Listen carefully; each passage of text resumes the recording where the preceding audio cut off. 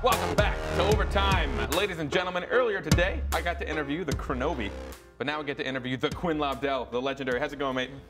It's going really well, man. Yeah. Glad to be here. It's good to talk to you. I think we talked about it a little earlier, but it's really cool to get to talk to people that have been in the scene for a long time.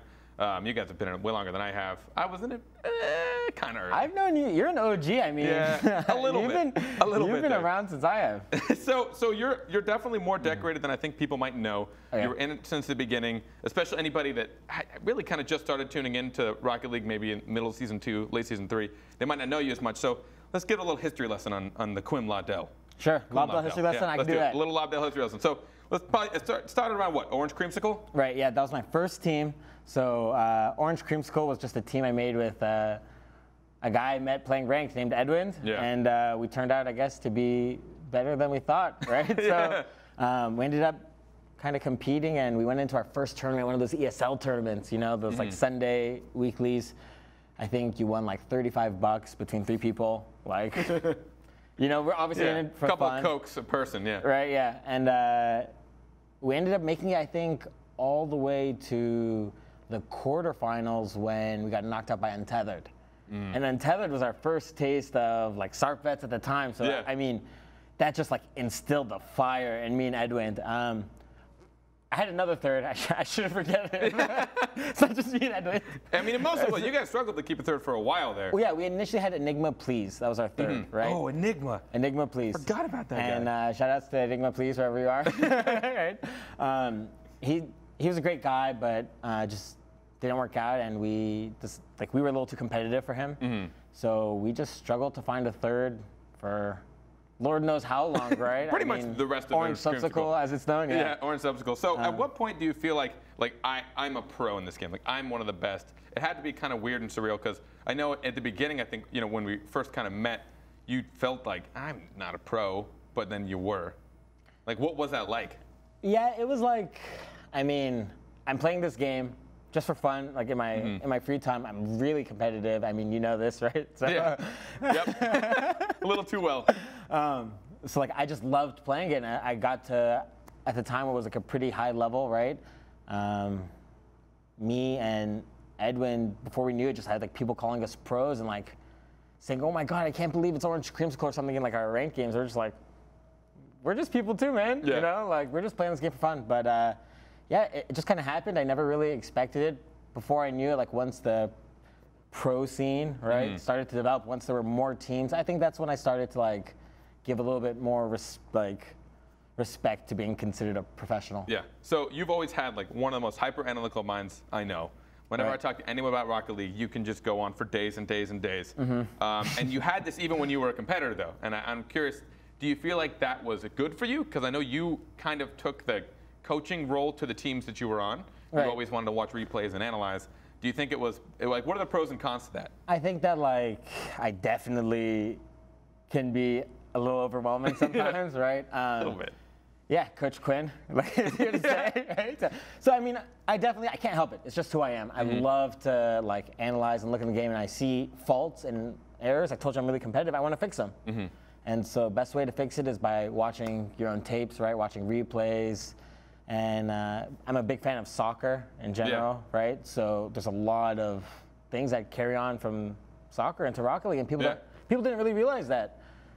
So I kind of took liberty to teach my team whether they wanted me to or not. Do you feel like that ever had like a con to it? Like, do you ever feel like you thought too hard? I think sometimes I get into my own head. Yeah. Definitely. I think that happens to almost any pro. Where pretty much. You start tilting, you're like, oh, I'm doing this or I'm doing that wrong. It's like, calm down, take a breather. Everything's fine. At what point, so shortly after season 1, you kind of took the step down from the competitive scene and pushed more towards the caster role, analyst role. I know you've done a lot of casts for big tournaments.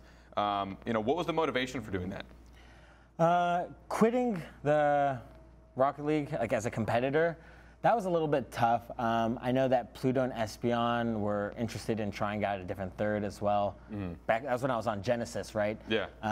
So after what was a relatively successful RLCS season 1, I mean, we made it from, we were predicted to get 7th or 8th seed, right? Yeah. And we got 5th, 6th. So, I mean, wasn't the greatest, but definitely outperformed people's expectations of ourselves. We knocked out Mocket EU, That was huge, yeah. They were like, what, third You or took something? Pashy down. Yeah, the Pashy Slayer. The Pashy Slayer. That's the title you'll never let down. You want that title in game, the Pashy Slayer. Oh, Soundix, if you're listening, you know. Please get him one. So I guess when I was interviewing Crow, we talked a little bit about metas as well. And Right. I want to talk to you about the current meta, the way players are playing now. I know it gets, the better players get, the meta changes are a lot more subtle. But what do you feel about the way players are playing now? Now compared to when I used to play? Well, It's been a maybe long not time, that man. far back. It's a long Let's do time. like a medium ground. The biggest thing that any person can see, especially noticeable for me, someone who I don't even play recreationally nearly as much as I used to, right? And so I noticed my skills declining. The average skill level, mechanically, of your typical player has gone up tremendously, and it's really, really intimidating to come back to the game and just see people doing all kinds of crazy, ceiling shots and things, and I'm just like, what? This guy doesn't even play the game competitively, right? Like, what's going on, man? Why can't I do that stuff? I just did ladder somewhere in the diamonds grinding up, and all of a sudden I ran into some guy. I'm like, what did he just do? People are monsters now. It's insane. Pretty crazy. Yeah.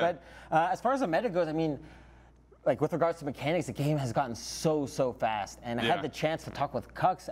He came out to California for a gold rush, right? Yeah, and ended up staying out here a little longer than he intended to. A little bit. Missed his flight, right?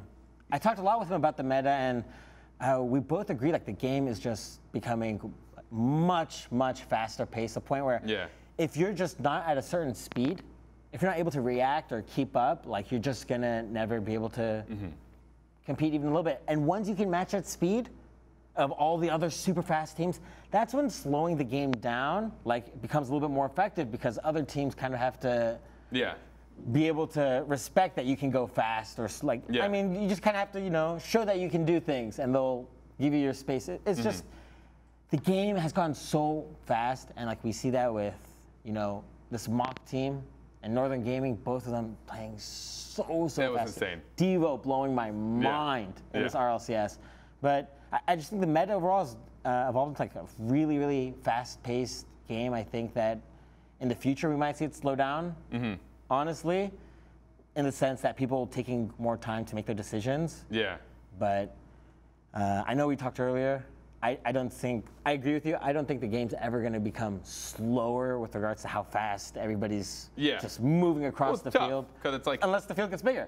Or something like that, right? You have to always respect the pace that someone can do, and especially boost control becomes so prevalent once people start getting better. And if you can just keep pounding down on offense, we see it happen so many times where a team has just full control. We'll see a game go 4-0 because one team they started the pace and they kept the pace, but then next game they'll lose 2-0. And it's because they weren't able to ramp into that pace. It's and once really you hard lose to boost maintain control, that. Because if you mess up once and they're able to snag a boost and then get possession, you lose that so quickly, and you lose that mind game of pressure. Yeah, that's one thing that people don't really understand so much, that those players who are just playing lightning fast, sometimes they're not the smartest players, sometimes they're not the most thoughtful, right? But just the fact that they're putting so much pressure on your boost and on bumping you and moving the ball around the field, and just you just feel like you never really get a handle on the game. So I mean, it can be tough to play around. I think that I know that Cux definitely felt that he needed to get faster. For sure. Well, Quinn, I could talk to you for absolute days about this. Thank you so much for coming. It's always a pleasure, man. Appreciate you being here. But when we come back, we've got a fun little trivia segment for you guys. We're going to bring Crow back up, and we're going to peg their minds together and see who knows more. Don't go anywhere, folks.